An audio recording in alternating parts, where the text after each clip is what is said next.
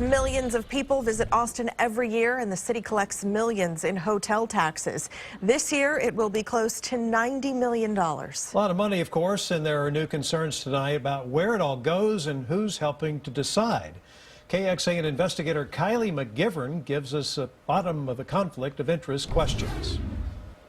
Well, Robert and Shannon, right now the hotel tax revenue is used for the Austin Convention Center, Austin Convention and Visitors Bureau, and the city's cultural arts program. The mayor and council recently appointed a visitor impact task force to explore more ways to use the additional millions of dollars generated each year.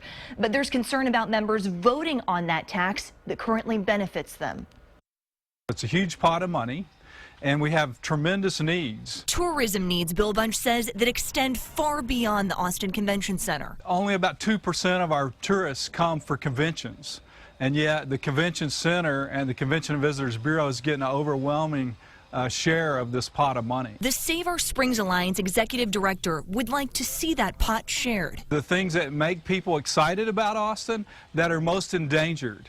That's our musicians, our artists, our theaters, and at the top of the list for us is Barton Springs. CEO of the Austin Convention and Visitors Bureau, Tom Noonan, agrees the question needs to be asked. Are there better ways or different ways we can use the current hotel tax? Taking constraints into account. We're kind of limited because there are 9 legal uses by state law. Bunch just doesn't want those with existing connections to the tax to determine its use. Like Noonan. When the mayor and the city council asked me to do something, I'm going to do it. So I was asked to serve on it. I think if you remember, there are 18 people that are in an advisory role.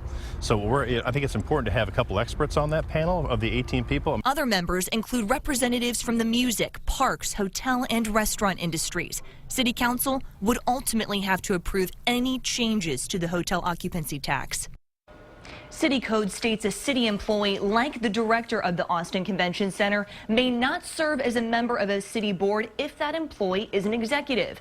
But since the task force is a temporary advisory group that will run until April and not a permanent decision-making body, it's allowed. But that said, since we began asking questions, the city announced in today's meeting that the Convention Center director will not serve. He will serve as a non-voting member like all other city staff.